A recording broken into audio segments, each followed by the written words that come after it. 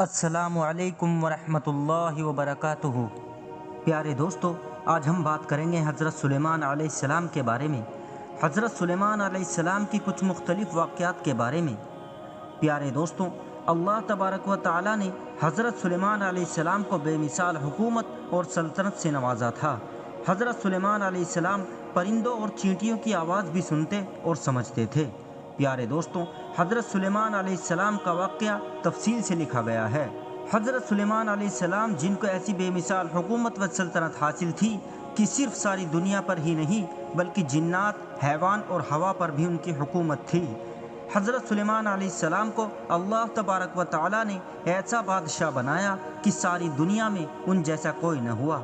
آپ سے بڑھ کر بادشاہت بھی کسی کی نہ ہو سکی، کیونکہ خود سلیمان علیہ السلام نے یہ دعا کی تھی کہ الہی، مجھے ایسی سلطنت عطا فرما کہ جو میرے بعد کسی کو حاصل نہ ہو۔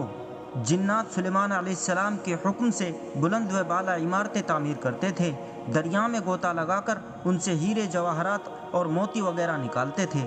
دوسرے جو کام عام انسانوں کی طاقت سے زیادہ ہوتے تھے، آپ وہ کام جناتوں سے لیا کرتے تھے۔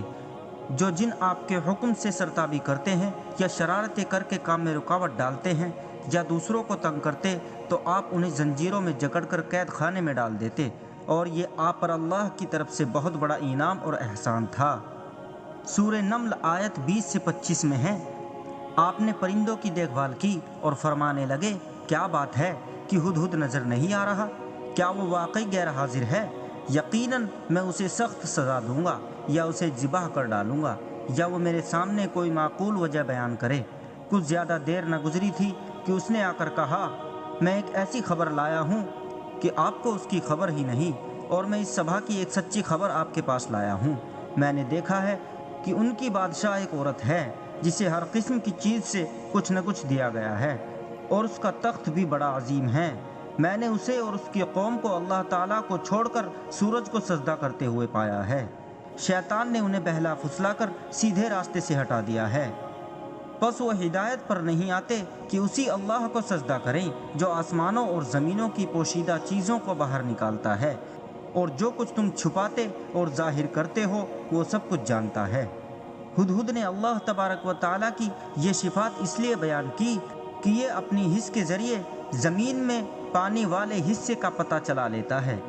سلیمان علیہ السلام کو بھی یہی ہدہد بتایا کرتا تھا کہ پانی کہاں ہے، پھر آپ جن کے ذریعے پانی نکلواتے تھے۔ یہ اطلاع سن کر سلیمان علیہ السلام حیران ہوئے۔ آپ نے ہدہد سے کہا، ہم ابھی تمہاری بات کی تسقید کر لیتے ہیں۔ سورہ نمل آیت 27 اور 28 میں ہے، سلیمان نے کہا، اب ہم دیکھیں گے کہ تم نے سچ کہا ہے یا تو جھوٹا ہے۔ میرے اس خط کو لے جا کر انہیں دے دے۔ پھر ان کے پاس سے ہٹا اور دیکھ کہ وہ کیا جواب دیتے ہیں۔ حضرت سلیمان اور ملکہ بلقیس کا واقعہ۔ آپ نے ایک خط لکھ کر اسے دیا۔ ہدہد وہ خط لے کر مالک بلقیس کے محل پہنچا۔ خط اس کے سامنے گرا کر خود دیوار پر جا بیٹھا۔ خط دیکھ کر ملک بلقیس نے کہا، وہ کہنے لگی، اے سرداروں، میری طرف ایک خط ڈالا گیا ہے جو سلیمان کی طرف سے ہے، اور جو بخشش کرنے والے مہربان اللہ کے نام سے شروع ہے، یہ کہ تم میرے سامنے سرکشی نہ کرو اور مسلمان بن کر میرے پاس آ جاؤ۔ اس نے کہا، اے میرے سردار، تم میرے اس معاملے میں مجھے مشورہ دو۔ میں کسی امر کا قطعی فیصلہ جب تک تمہاری موجودگی اور رائے نہ ہو نہیں کیا کرتی۔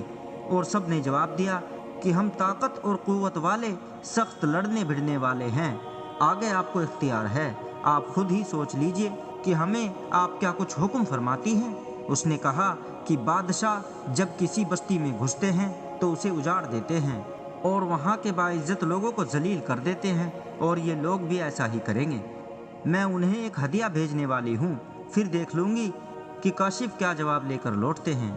ملکہ بلقیس یہ اندازہ کرنا چاہتی تھی کہ سلیمان علیہ السلام کس قسم کے بادشاہ ہیں، اور یہ کہ وہ ان کے خلاف لڑ سکیں گے یا نہیں۔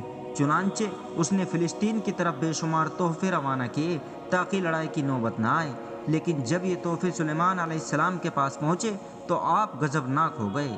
پس جب کاشف سلیمان علیہ السلام کے پاس پہنچا تو آپ نے فرمایا، کیا تم مال سے مجھے مدد دینا چاہتے ہو؟ مجھے تو میرے رب نے اس سے بہت بہتر دے رکھا ہے جو اس نے تمہیں دیا ہے۔